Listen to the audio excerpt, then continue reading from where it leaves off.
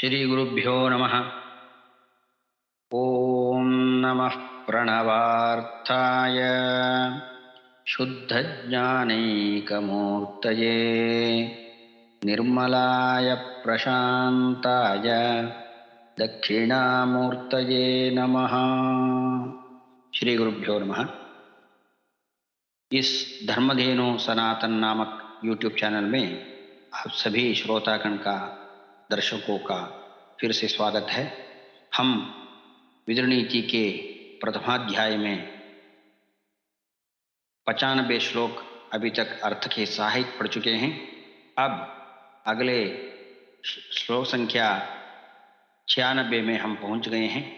उससे पहले आप सबसे निवेदन है, इस YouTube चैनल को कृपया सब्सक्राइब करें और अपने बंधुओं के साथ, मित्रों के साथ शेयर भी करें।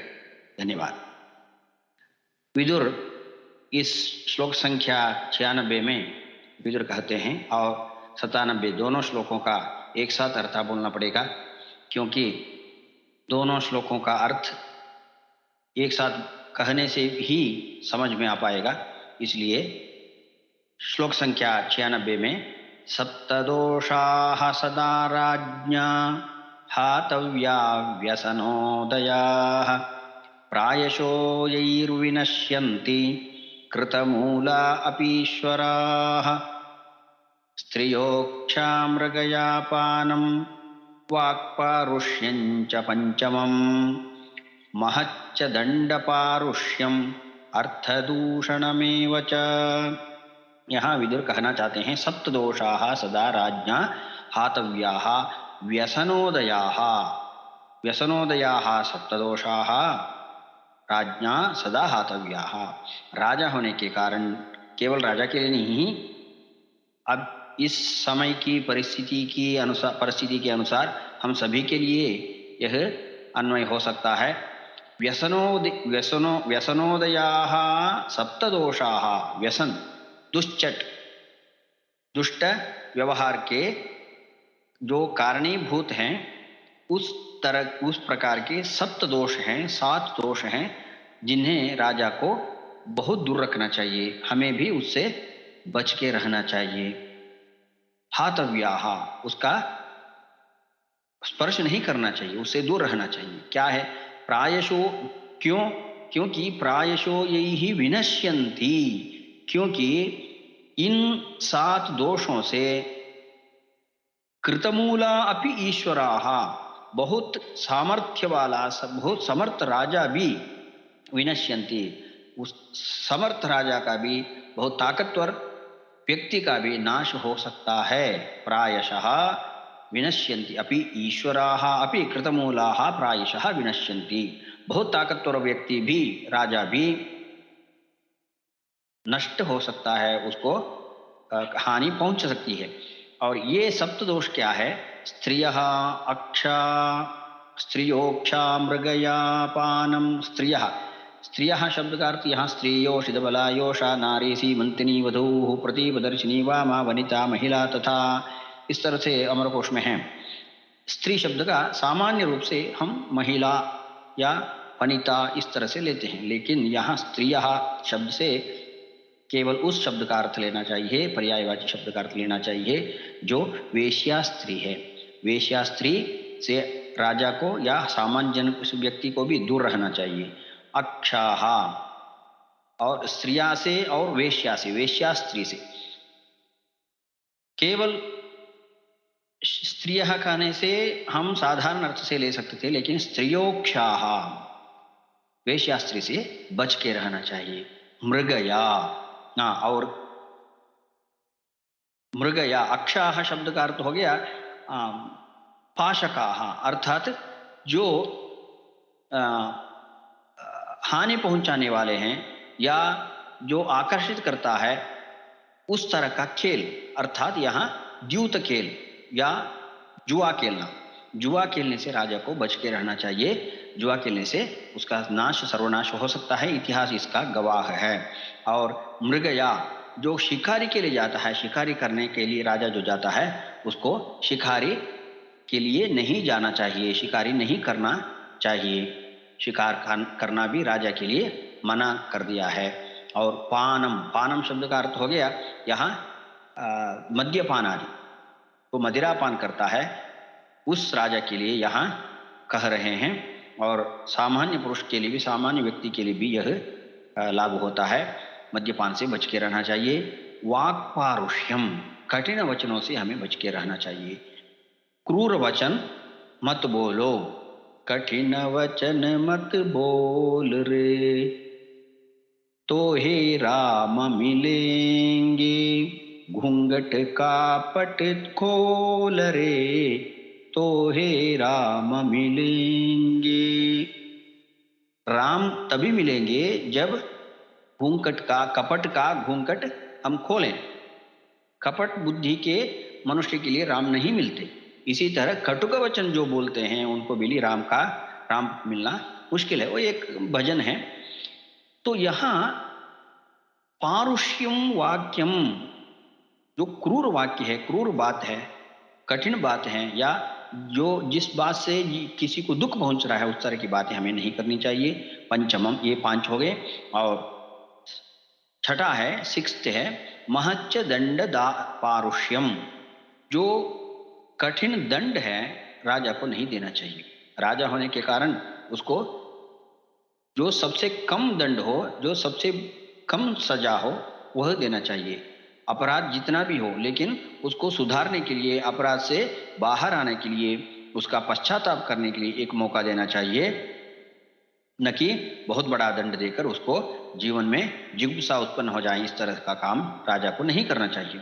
और अर्थमदूषणञ्च, अर्थमदूषणमेव च, अर्थम अदूषणम अर्थम, अदूषणम अर्थ, जो दूषित अर्थ है, अर्थ दूषणम, अर्थ अदूषण नहीं, अर्थ दूषणमेव च, दूषण अर्थ का शब्द का अर्थ हो गया, तो दूषित अर्थ है, दूषित धन है, संपत्ति है, उसको लेना नहीं चाहिए राजा को। अर्थात प्रजा से बिना कारण या अन्याय मार्ग से शुल्क या कर नहीं लेना चाहिए।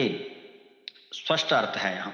और दूसरा अर्थ है, अर्थ का या धन का व्यर्थ खर्च नहीं करना चाहिए। बिना किसी उद्देश्य का अर्थ का खर्च नहीं करना चाहिए राजा होने के नाते। में आगे कहते हैं, ये श्लोक संख्या 98 है। अष्टौ पूर्वनिमित्तानि नरस्य विनशिष्यतः, ब्राह्मणान् प्रथमं द्वेष्टि ब्राह्मणैश्च विरुध्यते, ब्राह्मणस्वानि चादत्ते ब्राह्मणाश्च जिघांसति, रमते निन्दया चैषां प्रशंसां नाभिनन्दति, नैनान् स्मरति कृत्येषु याचितश्चाभ्यसूयति, एतान् दोषान् नरः प्राज्ञो बुद्ध्वा विसर्जयेत्। अष्टौ पूर्व निमित्तानि न, यहाँ श्लोक संख्या 98, 99 और 100 तीनों श्लोकों को मिलाकर के अर्थ कहना पड़ रहा है। अष्टौ पूर्व निमित्तानि नरस्य विनशिष्यतः, एक नर होने के कारण, एक मनुष्य होने के कारण 8 गुण हैं। 8 गुणों से राजा को बच के रहना चाहिए। राजा होने के कारण उसका कर्तव्य है इन जो आगे बताए जा रहे हैं उन 8 गुणों से उसे बच के रहना चाहिए, या उन 8 गुणों को छोड़ देना चाहिए, नहीं करना चाहिए। क्या है वो? अन्यथा क्या होगा, उसका फल परिणाम क्या होगा? विनशिष्यतः, इन 8 गुणों को अगर करता है, राजा करते हैं, तो उसका विनाश भी हो सकता है। इसलिए यहाँ सावधानी बरतने के लिए राजा को कहा जा रहा है। 8 गुण क्या है? ब्राह्मणान् प्रथमं द्वेष्टि, ब्राह्मणों का द्वेष न करें। ब्राह्मण शब्द का अर्थ यहाँ पढ़ा लिखा व्यक्ति, ज्ञानी पुरुष, या शास्त्र ज्ञान या वेद में पांडित्य जो प्राप्त किया हो उस व्यक्ति के बारे में यहाँ कह रहे हैं। ब्राह्मणान् प्रथमं द्वेष्टि, ब्राह्मण लोगों का द्वेष नहीं करना चाहिए। ब्राह्मणैश्च विरुध्यते, ब्राह्मण लोगों से द्वेष, शत्रुता नहीं बरतनी चाहिए। ब्राह्मणस्वानि चादत्ते, ब्राह्मण लोगों का की संपत्ति को नहीं लूटना चाहिए, बलात्कार से ब्राह्मण की संपत्ति को या ब्राह्मण के धन को नहीं लूटना चाहिए, नहीं लेना चाहिए। और ब्राह्मणश्च जिघांसति, ब्राह्मण लोगों की हत्या नहीं करनी चाहिए, बहुत बड़ा अपराध हो जाता है, शास्त्रों में उसको ब्रह्म हत्या दोष कहा गया है। रमते निंदया चैषाम, जब जहाँ ब्राह्मणों की निंदा होती है वहाँ हमें उसका आनंद नहीं लेना चाहिए। राजा के लिए विशेषकर यहाँ कहा गया है, लेकिन हम सबके लिए यह लागू है। हम सबको जानने की बुद्धि है हमारे अंदर, इसलिए हमें इसका अर्थ साधारण रूप से भी लेना आवश्यक है आज के ज़माने में। रमते निंदया चैषाम, जो बुद्धिमान लोग हैं, जो पंडित है, जो विद्वान है, उसकी अगर कहीं निंदा हो जाती है, यहाँ कहीं उसका अपमान हो रहा है, उसको देख करके हमें सुख नहीं करना चाहिए, उसको देख करके हमें आनंद नहीं लेना चाहिए।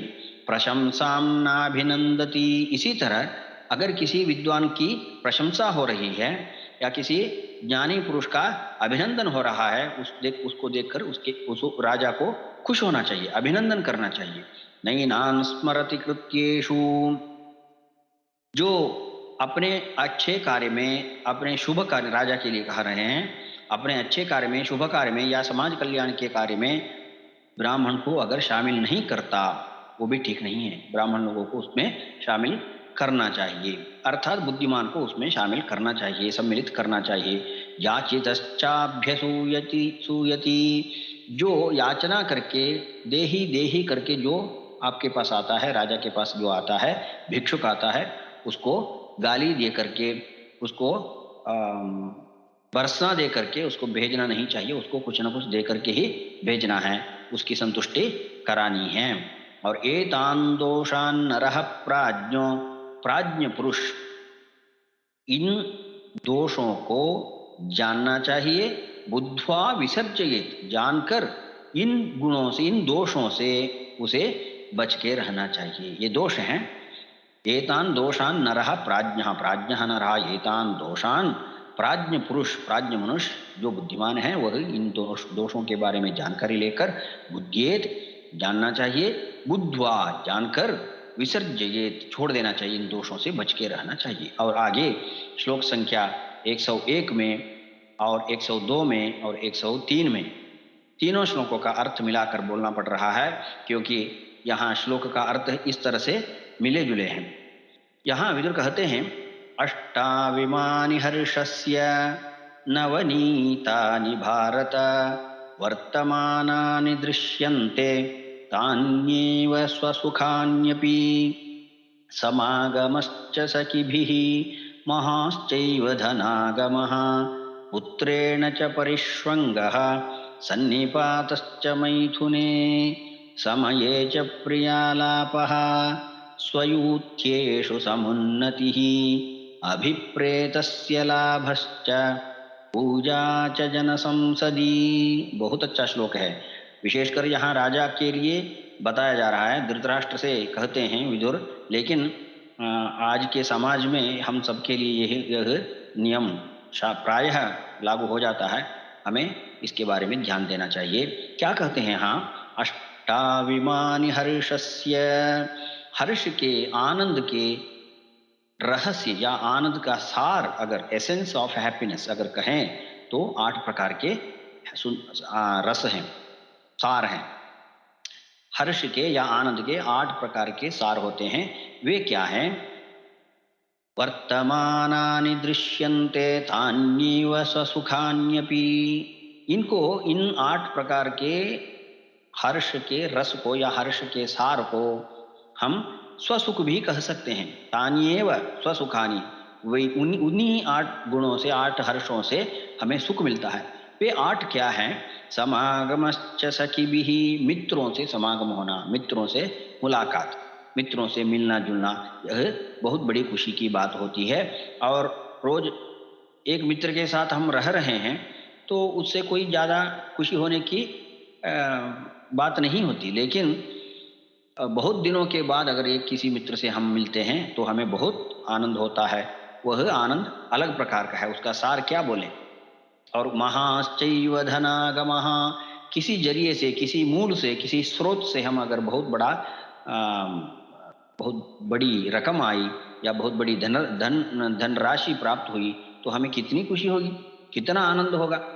चाहे कर्ज दिया हुआ कर्ज वापस आ जाए या लॉटरी लगे या कोई दान में दे दे तो हमें बहुत आनंद मिलता है। उस आनंद को क्या कहें, वह आनंद का सार है।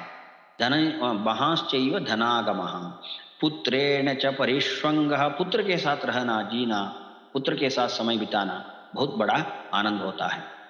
देखिए पुत्र के साथ समय बिताने के लिए बहुत लोगों को भाग्य में नहीं होता, लेकिन जिनको मिला है वे ही जाने पिता के साथ पुत्र का जीवन और पुत्र के साथ पिता का जीवन बिताना जिन्होंने अनुभव किया है उन्हीं से पूछ लेना चाहिए। और इतना सुख होता है, इतना आनंद होता है। और सन्निपातश्च मैथुने, बहुत बड़ी बात है यह। सन्निपातश्च मैथुने, पुरुष और स्त्री जब मिलते हैं शारीरिक रूप से तब उसको मिथुन कहते हैं, मैथुन कहते हैं। उस मैथुन के समय पुरुष का और स्त्री का दोनों का एक साथ अगर सन्निपात हो जाए, स्खलन हो जाए, तब उसमें जो मिलने वाला सुख है वह अलग है। अर्थात स्त्री का भी स्खलन होना चाहिए, पुरुष के साथ साथ सन्निपात होना चाहिए, और स्त्री का पुरुष का एक साथ अगर स्खलन हो जाए या सन्निपात हो जाए उससे मिलने वाला सुख अलग चीज का है। इस तरह से विदुर एकदम साफ बात है, इसमें कोई संकुचित होने की या लज्जा की बात नहीं है, स्वाभाविक रूप से विदुर कह रहे हैं। और समये च प्रियालापः, प्रियालापः समय समय पर हमें अगर किसी से अच्छी अच्छी बातें सुनने को मिले, प्रिया वचन मिले, तो वह भी बहुत सुख की बात होती है, सुख का विषय होता है, आनंद का विषय होता है। स्वयूथ्येषु समुन्नति, जिस पद पर हम रह रहे हैं, जिस काम को हम कर रहे हैं या जिस उद्योग में हम लगे हुए हैं, जिस वृत्ति में हम निरत हैं, उस वृत्ति में, उस पद पर, उस धंधे में हमें अगर समुन्नति हो जाती है, हमारी उन्नति हो जाती है, प्रमोशन मिलता है या अभिवृद्धि हो जाते हैं, तो उससे मिलने वाला सुख अलग चीज का है, अलग प्रकार का है। अभिप्रेतस्य लाभश्च, अभिप्रेतस्य लाभः, जो मनचाहा इष्टार्थ या जो मनचाही वस्तु चीज अगर हमें मिले, और मन में जो सोचते हैं अगर वो चीज मिलने से अच्छा था, यह मिलने से बहुत आनंद लगता था, इस तरह से हम अगर सोचते हैं, मन में अभिलाषा रखते हैं, अगर वो मिल गई, चीज मिल गई, तो उसमें कितना सुख होता है। पूजा च जन संसदी, संसार में लोगों के बीच, समाज में, सभाओं में हमें अगर गौरव मिलता है, सम्मान मिलता है, हमारा आदर किया जाता है, पूजा की जाती है, तो उससे बढ़कर क्या हो सकता है। ये सारे अष्ट जो प्रकार के सुख हैं, सुख के सार हैं, इसके बारे में विदुर ने बहुत अच्छी तरीके से यहाँ कहा। और आगे के श्लोक में, श्लोक संख्या 104 है, इसमें फिर अष्ट गुणों के बारे में विदुर कहते हैं। अष्टौ गुणाः पुरुषं दीपयन्ति, प्रज्ञा च कौल्यं च दमश्रुतं च पराक्रमश्च बहुभाषिता च दानं यथाशक्ति कृतज्ञता च। अष्टौ गुणाः पुरुषं दीपयन्ति, अष्टौ गुणाः पुरुषं दीपयन्ति। अब जो बताए जा रहे हैं 8 प्रकार के गुण हैं, इन 8 प्रकार के गुण जो है एक व्यक्ति को समाज में प्रकाशित करता है। समाज में अगर एक व्यक्ति को प्रकाशित होना है, प्रकाशमान साबित करना है, तो उसके लिए इन 8 गुणों को अपनाना चाहिए। प्रज्ञा, बुद्धिमान होना चाहिए, अच्छे अच्छी पुस्तक पढ़कर अच्छे विद्वानों के पास जाकर ज्ञान हासिल करना चाहिए। और प्रज्ञा, बुद्धिमान होना चाहिए, होशियार बरतनी चाहिए। और कौल्यम, अच्छे कुल में अगर पैदा हुए हो तो संस्कार भी अच्छा होगा, आचरण अच्छा होगा, बर्ताव अच्छा होगा, तो उससे भी पुरुष का प्रकाश समाज में फैलता है। दमः, अपनी इंद्रियों पर अगर हमें नियंत्रण है, अपनी इंद्रियों का हम नियंत्रण कर सकते हैं, काबू में रख सकते हैं इंद्रियों को, तब हमें समाज में प्रकाशित होने का एक अच्छा अवसर मिल जाता है। श्रुतंच, अच्छे अच्छे शास्त्रों को पढ़ते हैं, ज्ञान हासिल करते हैं, अच्छे गुरु के पास जाकर विद्वत्ता प्राप्त करते हैं, उससे भी समाज में हमारा प्रकाश बढ़ जाता है। पराक्रमश्च, पराक्रम के कारण तो समाज में व्यक्ति का प्रकाश बढ़ता ही है, बहुत प्रसिद्ध हो जाता है पराक्रम के कारण। क्या कहें, अबहुभाषिता, बहुभाषिता नहीं अबहुभाषिता, बहुत कम बोलने वाला, मितभाषी कहते हैं जिसको हम, भाषा अधिक अर्थात ज्यादा बात नहीं करता है, तो उसको उसको भी समाज में गौरव मिलता है, सम्मान मिलता है। दानम यथाशक्ति, यथाशक्ति जो दान करने करने का गुण जिसके पास है, जो दान करता है यथाशक्ति, जितना है उतना, यह नहीं कह रहे हैं कि तुम्हारे पास जितना है सबके सब दान कर दो, ऐसा नहीं है। जितना हमारी जितनी हमारी शक्ति है, ताकत है, उसके अनुसार हमें दान करना चाहिए। उस तरह के दान का भी यहाँ बात है। और कृतज्ञता चा, कृतज्ञता गुण, अर्थात जो हमें हमसे उपकार लेकर के, किसी से मदद लेकर के उसको हम स्मरण में रखते हैं, वह कृतज्ञता है। कृतज्ञता और कृतज्ञता दोनों में बहुत फर्क है। अंतर केवल एक अक्षर का है, लेकिन विपरीत अर्थक में बदल जाता है, इसलिए ध्यान देना चाहिए। कृतज्ञता और कृतज्ञता, यहाँ कृतज्ञता के बारे में बता जा रहे हैं। कृतज्ञता, यह कृतज्ञता का गुण जो है, जिसे हम कहते हैं जो स्मरण रखने वाला, पाए हुए उपकार को, मिली हुई मदद को, ली हुई सहायता को जो स्मरण में रखता है, वह कृतज्ञ है। इस तरह के 8 गुण हैं। पुरुष को, एक व्यक्ति को समाज में हमेशा प्रकाश में रखता है, उसकी प्रसिद्धि बढ़ जाती है। और आगे श्लोक संख्या 105 में विदुर कहते हैं, नवद्वारमिदं वेश्म त्रिस्थूणं पंचसाक्षिकं क्षेत्रज्ञाधिष्ठितं विद्वान् यो वेदः स परः कविः। पंचद्वार नवद्वारम इदं वेश्म, यह शरीर जो है स्थूल शरीर है। शरीर में 2 प्रकार के शरीर हैं, स्थूल शरीर और सूक्ष्म शरीर। हमारा स्थूल शरीर है, आंखों में दिखता है, इसलिए नवद्वारम, शरीर में 9 द्वार होते हैं, 9 छेद होते हैं। 5 इंद्रिय हो गए और गुदद्वार और प्रजनन द्वार। उसके बाद 5 इंद्रियों में भी देखिए, एक प्रकार से इस तरह से भी इसकी व्याख्या की जाती है, 2 आंखें, 2 श्रवण और 2 नाक और 1 मुंह, उसी में 7 हो गए, और गुदद्वार और प्रजनन द्वार, इस तरह से 9 हो गए। और कुछ लोगों का कहना है, कुछ लोग इसको इस तरह से भी व्याख्यान करते हैं, जो पंच इंद्रिय हैं और गुदद्वार प्रजनन हो गए, नाभि और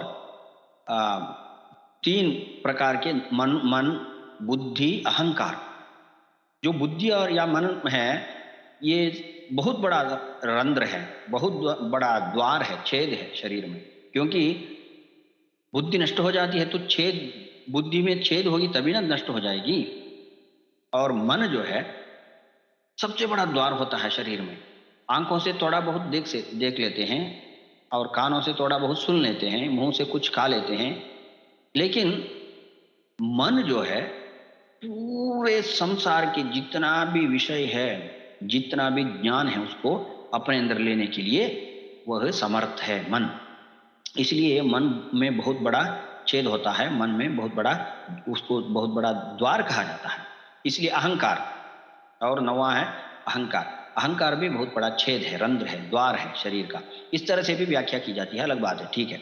स्थूल शरीर में इस तरह के 9 द्वार होते हैं।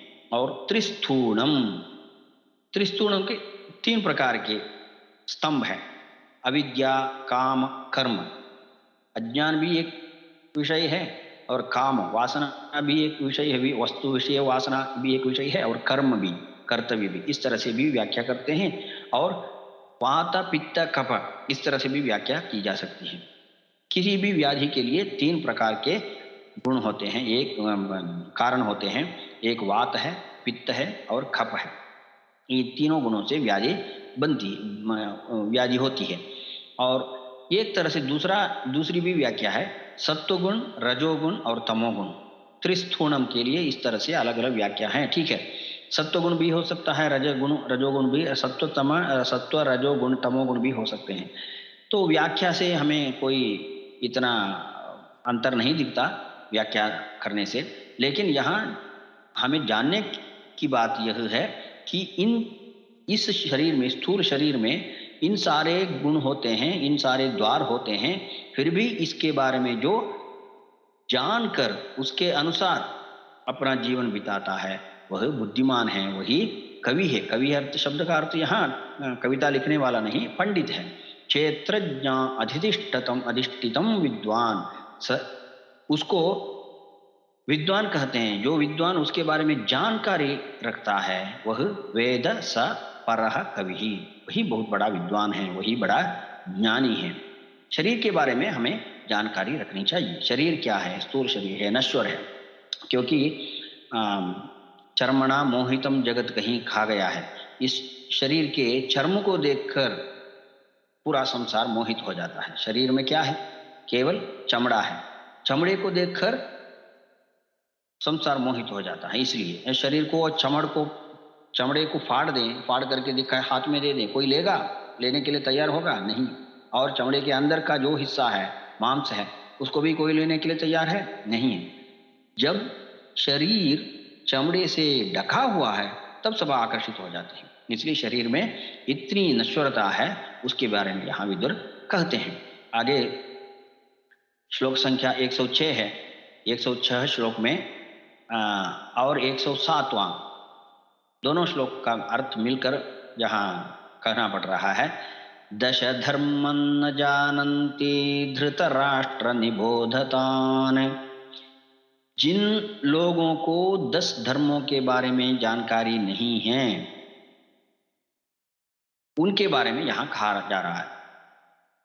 10 लोग होते हैं जिनको धर्म से कोई मतलब नहीं है, अर्थात धर्म नहीं जानते, वे धर्म से दूर हैं। कौन है वे 10 लोग? मत्तः, मत्था अर्थात शब्द का अर्थ हो गया जो अहंकार से भरा हुआ, मदिरापान से, अहंकार से जो भरा है वह मत्त है। और प्रमत्तः, प्रमत्तः शब्द का भी इसी तरह से एक अर्थ निकलता है, उपसर्ग के साथ है।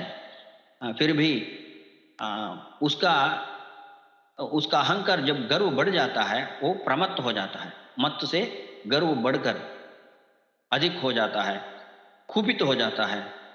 तो उस तरह से उसको पता नहीं चलता मैं क्या कर रहा हूँ, क्या नहीं कर रहा हूँ। इस तरह से 2 गुण हैं, 2 लोग हैं, उनको धर्म के बारे में कोई जानकारी नहीं है या धर्म नहीं समझ सकते। उन्मत्तः, जो पित्त अधिक हो जाता है वह उन्मत्त हो जाता है, अर्थात पागल हो जाता है, उसको भी धर्म से कोई मतलब नहीं है। श्रांतः, परिश्रम करके, हमेशा परिश्रम के कारण बहुत थक जाता है, उसको धर्म से क्या लेना देना? धर्म के बारे में कब वो समझ पाएगा? क्योंकि उसको उसका पूरा शरीर हमेशा परिश्रम से थकावट का अनुभव करता रहता है। धर्म को जानने के लिए उसके बारे में उसके पास समय या सहन शक्ति नहीं होती। क्रुद्धः, कुपित लोग हैं, उसको भी धर्म समझ में नहीं आएगा। बुभुक्षितः, जो भूख में पीड़ित है, भूख से बहुत बुभुक्षा लग रही है, तो उसको धर्म का उपदेश क्यों करेगा? धर्म का उपदेश करने से उसको क्या फायदा है? इसलिए वो धर्म के बारे में उसको समझ में नहीं आएगा। और त्वरमाणश्च लुब्धश्च, त्वरमाण जो जल्दीबाजी में है, कोई काम के लिए जा रहा है जल्दीबाजी में, उसको क्या उपदेश करें, धर्म का क्या उपदेश दें? तो वह भी धर्म के बारे में जानने के लिए इच्छुक नहीं होगा। लुब्धश्च, जो वंचित करता है, वंचित है या कोई धोखा देने वाला आदमी है, तो उसको भी लोभी है। लुब्धश्च, लोभ या लंपट है, उसके लिए भी धर्म से कोई मतलब नहीं है। भीतः, जो डर के मारे बैठा है या कोई भीत हुआ भय से बैठा है, उसको भी धर्म से कोई प्रयोजन नहीं है। कामी, जो काम वासना से जो भरा है, हमेशा काम वासना के बारे में चिंतित रहता है, उसके बारे में सोचता रहता है, उसके लिए भी धर्म से कोई लेना देना नहीं है।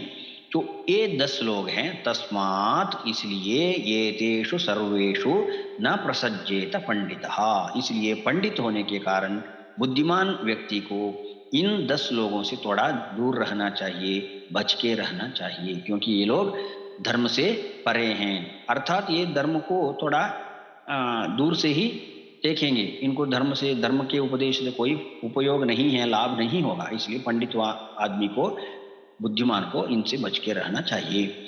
और आगे श्लोक संख्या 108 में विदुर कहते हैं, इसके ये जो उपर्युक्त जो श्लोक है उसके बारे में एक उदाहरण के तौर पर किसी इतिहास से, पुराण से एक श्लोक का उद्धरण करने जा रहा है उधर।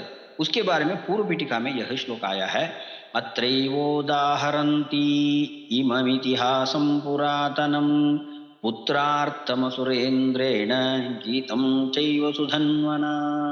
एक सुधन्वा नामक एक राक्षस था, राक्षसेंद्र था, राक्षसों का राजा था। वह अपने पुत्र को उपदेश दिया था। गीतम शब्द का अर्थ यहाँ उपदेश में होना चाहिए। सुधन्वा पुत्रार्थम असुरेन्द्रेण सुधन्वना, सुधन्वना असुरेन्द्रेण, असुरेन्द्र नाम अर्थात एक असुर का राजा था, सुधन्वा नाम था, उससे अपने पुत्र को दिया हुआ उपदेश है गीतम। अत्र इव उदाहरन्ति, यहाँ उदाहरण के तौर पर उसका जिक्र कर रहे हैं। इमम इतिहासम पुरातनम, यह बहुत बड़ा पुराण इतिहास से संबंधित विचार है, इसलिए इसको यहाँ उदाहरण के तौर पर बताना आवश्यक हो गया विदुर को। अब आगे एक श्लोक संख्या 108 में, 109 में विदुर आगे उस श्लोक का अर्थ देते हैं। देखिए 108 में जो कहा गया है उसका अर्थ यहाँ 109 में, श्लोक संख्या 109 में आ रहा है। यहाँ सुधन्वा कहता है अपने पुत्र से, यह काममन्यो प्रजहाति राजा पात्रे प्रतिष्ठापयते धनंच विशेष विश्रुतवान् क्षिप्रकारी तं सर्वलोकः कुरुते प्रमाणम्। यह काममन्यो प्रजहाति राजा, काम और क्रोध, यहाँ काममन्यु अर्थ शब्द का अर्थ हो गया काम और क्रोध दोनों मिलके काममन्यु। मन्युर्दैन्ये कृतौ क्रुधीहि अमरकोश में कहीं आया है, इसलिए मन्यु शब्द का यहाँ कोप होना, कुपित होना, गुस्सा होना, इस तरह से लेना चाहिए। यह काममन्यु प्रजहाति राजा, जो राजा काम और क्रोध के कारण छोड़ देता है, किसको छोड़ देता है, पात्रे प्रतिष्ठापयते धनंचा, सब कुछ छोड़ करके रहता है, अच्छे अच्छे चीजों को छोड़ देता है, वह राजा अच्छा नहीं है। लेकिन उसको क्या करना चाहिए, काम और क्रोध को छोड़ना चाहिए, अच्छे कर्मों को नहीं। राजा के लिए कहा जा रहा है, राजा को अच्छे कर्म नहीं, काम और क्रोध को छोड़ना चाहिए। काममन्यु प्रजहाति राजा, यह जो राजा काम और क्रोध को छोड़ता है वह, और पात्रे प्रतिष्ठापयते धनंच, जो योग्य व्यक्ति है, जो लेने स्वीकार करने लायक है, उस व्यक्ति को, अर्ह व्यक्ति को धनम प्रतिष्ठापयते, दान देता है। और विशेष विश्रुतवान क्षिप्रकारी, जो विशेष से विशेष बुद्धिमान है, या तारतम्य के बिना, जो पक्षपात के बिना, श्रुतवान जो पंडित है, जो विद्यावान है, उसको उसका गौरव करता है, उसका सम्मान करता है। क्षिप्रकारी, और शीघ्र से जो काम करने में कार्यपटु होता है, काम पूरा करना जानता है, उस प्रकार के व्यक्ति को अपने पास रखना चाहिए, उसको नहीं छोड़ना चाहिए। और इस तरह के राजा को, इन सारे गुणों से सहित राजा को लोकः पूजयति कुरुते प्रमाणम, सर्वलोकः कुरुते प्रमाणम, पूरा संसार उसका प्रमाण के रूप में लेकर उस राजा का अनुसरण करता है, वह राजा एक मार्गदर्शक बन जाता है। इस तरह से 110वें श्लोक में, अंतिम श्लोक है आज का यहाँ इस कक्षा में, इसके साथ हम कक्षा समाप्त करेंगे।